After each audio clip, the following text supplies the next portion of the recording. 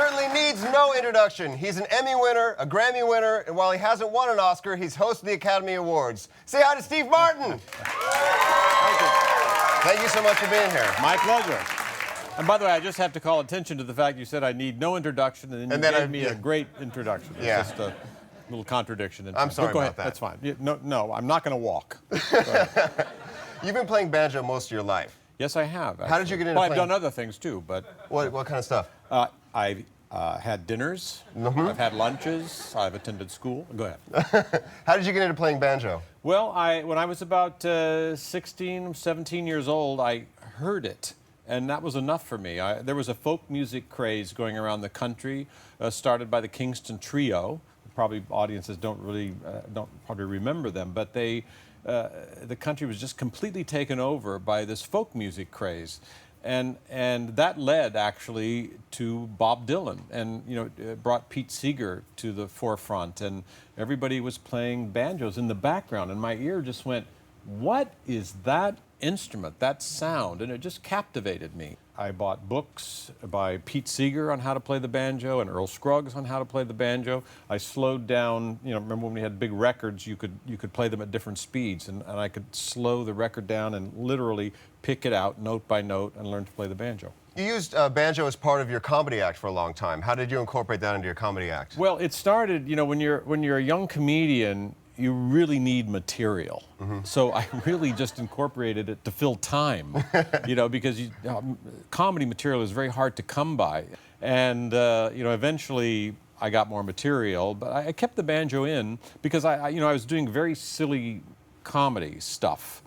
And I wanted the audience to know I could also do something hard. I thought, I'm going to do also something that looks hard, so they know that I'm not just kidding around up there. I was talking with Woody, your guitarist, and he said that because you guys have to do different tunings and capo... Thank you, by the way. I didn't know his name until now. Thank you. That's how close we are. Yeah.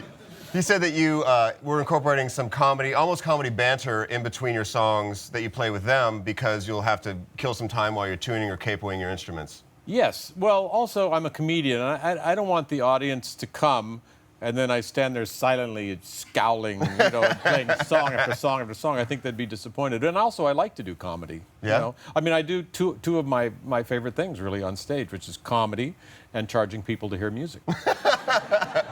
Your style is clawhammer style, and I do two styles. Okay. One is three-finger, which is credited to Earl Scruggs, and you wear picks on your fingers to play that. Yeah, you look like you have little weapon devices. Yeah, it's sort of like you could defend yourself with these things. You wear these picks. And that's the three-finger. That's the three-finger style. I'll give you a little sample of that. You just play.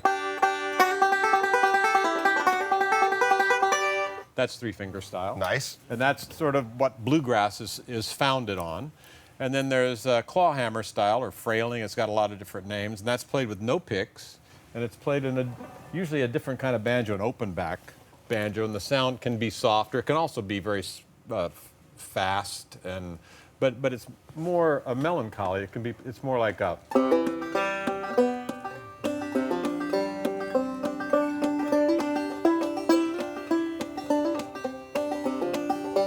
That's so rad. But I fell in love. I fell in love with the three-finger style, and so I learned that. And then a couple of years later, I started hearing the clawhammer style, and I went, oh no, I have to learn a whole other style because I loved it so much. Mm-hmm. Your first album was called The Crow, and your new album is called Rare Bird Alert. What's with the avian theme? I'm trying to figure that out. And Rare Bird Alert, I was doing a movie in Canada with Owen Wilson and Jack Black, and it'll be out actually in October. And it's about bird watching. Mm-hmm. And so I was immersed. Sounds like a fascinating movie. It kind of makes you want to see it, doesn't it? Yeah. It's about, not only that, it's about competitive bird watching. Oh, great. Okay. Yeah, so just, I'm in. Get ready, get your track shoes on. And it's actually quite a good movie. It's based on a nonfiction book. And it's based on a nonfiction book about competitive bird watching. Yes. All right. It just sounds like a hard concept to sell. I got this idea for a movie. People watching birds. Yeah, thank you very much. And the assistant will show you out. So you know, I was really involved in the world of bird watching, and there's a thing called a rare bird alert, where bird watchers can call up a hotline, and if there's a rare bird sighted somewhere, they get an alert, and people literally get on planes and rent cars and spend a lot of money getting to a place where a bird might be nested or hanging out. Right. That's what they do.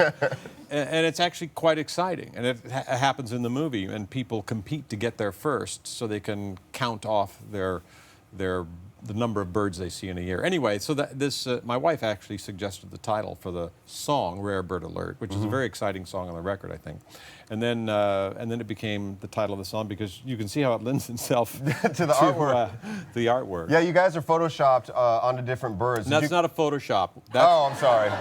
That's what we become at night. Got it. Did you? And by the way, that's the guest artists on the back, Paul McCartney and the Dixie Chicks. Yeah. Now, Paul McCartney sings on the record, and I'd listened to the album a few times, and then I was reading the liner notes later on, and I finally realized that Paul McCartney actually sang one of the songs. Yes. But it didn't sound like Paul McCartney's traditional voice. Did he try and do a southern? I think he did. Yeah? You know, I think that he thought, because it was a bluegrass album, that he should southern it up a little bit. Yeah. You know? But I really wanted him to sound like, you know, English. But there is a little, there's a little giveaways in there. Sometimes he'll sing a word with a little English accent. But, Yeah. It sounded like still sounds like Paul. But I mean, to me, it sounds like Paul. But do you get to call him Paul?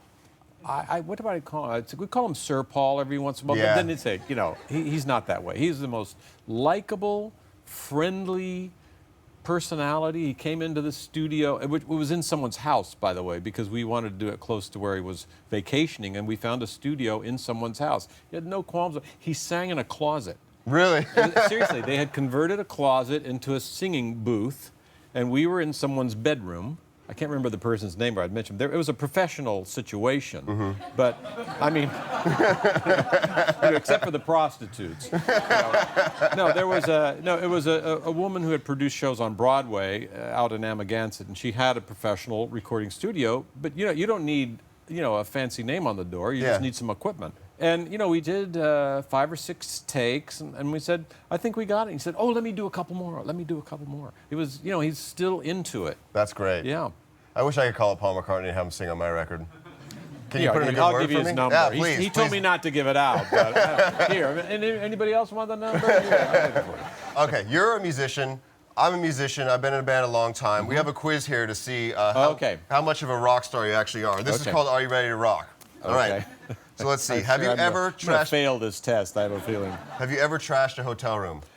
I don't think I have. Why? No, I can't think that I would have. No. Only trying to get in it. Yeah. Okay, so that's a no. Yeah, that's a no. Have you ever forgotten what city you were in during a concert? Totally. Yeah. Yeah.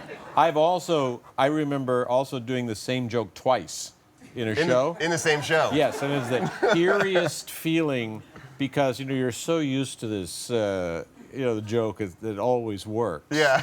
And you come up and you forgot you did it 10 minutes earlier. And that's the eeriest feeling. Like, what happened? What happened? Did you turn around and say, no, it's comedy the absurd? I meant to do that. It's comedy jazz. I didn't realize what happened until I got off stage. So somebody told you. I did it twice. Oh, I see. All right, so that's a good one. That's a yes. Do you have any over-the-top music videos? Like, I don't think I have banjos shooting fire, lasers, women dancing behind you guys? I had Banjo shooting fire on Letterman show once, so I'd have to say yes. Okay, that's yeah, not a music awesome. video. That's a yes. Okay, yeah. All right, well, according to my math, which is flawed, you are 1, 2, 3, 4. You're 60% rock star. Congratulations, my friend. Thank you very much. Thank you so much for sitting down with me.